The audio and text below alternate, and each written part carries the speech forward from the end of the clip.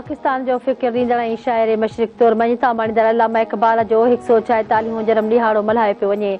सॼे मुल्क में आम मोकल मज़ार ते गार्ड जी तब्दीलीअ वारी तक़रीब पाकिस्तान नेवी जे दस्तेगाह जा फ़र्ज़ संभाले वरिता। पंजाब जे गवर्नर मोहम्मद वलीगुल रहमान जी अल्लामा इक़बाल जी मज़ार ते हाज़िरी फ़ातिहा ख़्वानी कई ऐं गुल रखिया।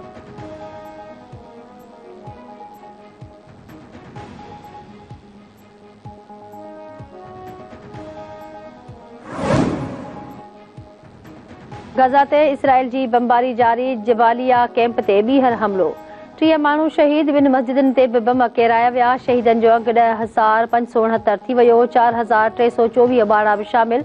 मुसलसल बमबारीअ सभु ज़ख़्मियुनि खे अस्पताल पहुचाइण में ॾुखिया आयूं। फ़लस्तीनी शहरी मानी पाणीअ लाइ बि परेशान। गज़ा में 33 ॾींहनि खां जारी इसराइल जे वहशणे कारवाइनि खां पोइ 3 ॾींहनि जी जंगबंदीअ जो इम्कान।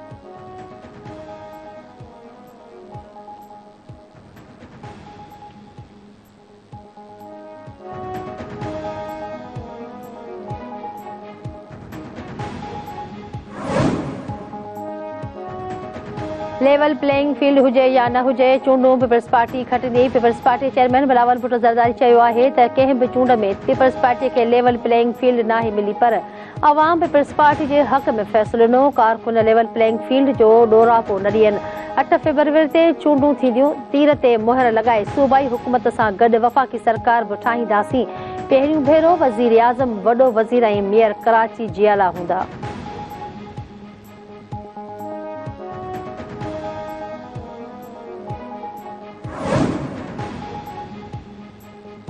पीटीआई खे लेवल प्लेइंग फील्ड फराहम कई वञे। सदर आरिफ अलवीअ जो निगरां वज़ीर आज़म अनवारुल हक़ काकड़ खे ख़त में चयो वियो आहे त निगरां हुकूमत जो समूरनि सियासी जमातनि खे लेवल प्लेइंग फील्ड फराहम करणु तमामु अहम आहे। बुनियादी हक़ ऐं लेवल प्लेइंग फील्ड ते पीटीआई जे ख़दशनि ते ग़ौर कयो वञे। ईंदड़ आम चूंडुनि में सियासी जमातुनि खे हिक जहिड़नि हक़नि ऐं मौक़नि जी फ़राहमीअ वारा तव्हां जा बयान इत्मिनान जोॻा आहिनि।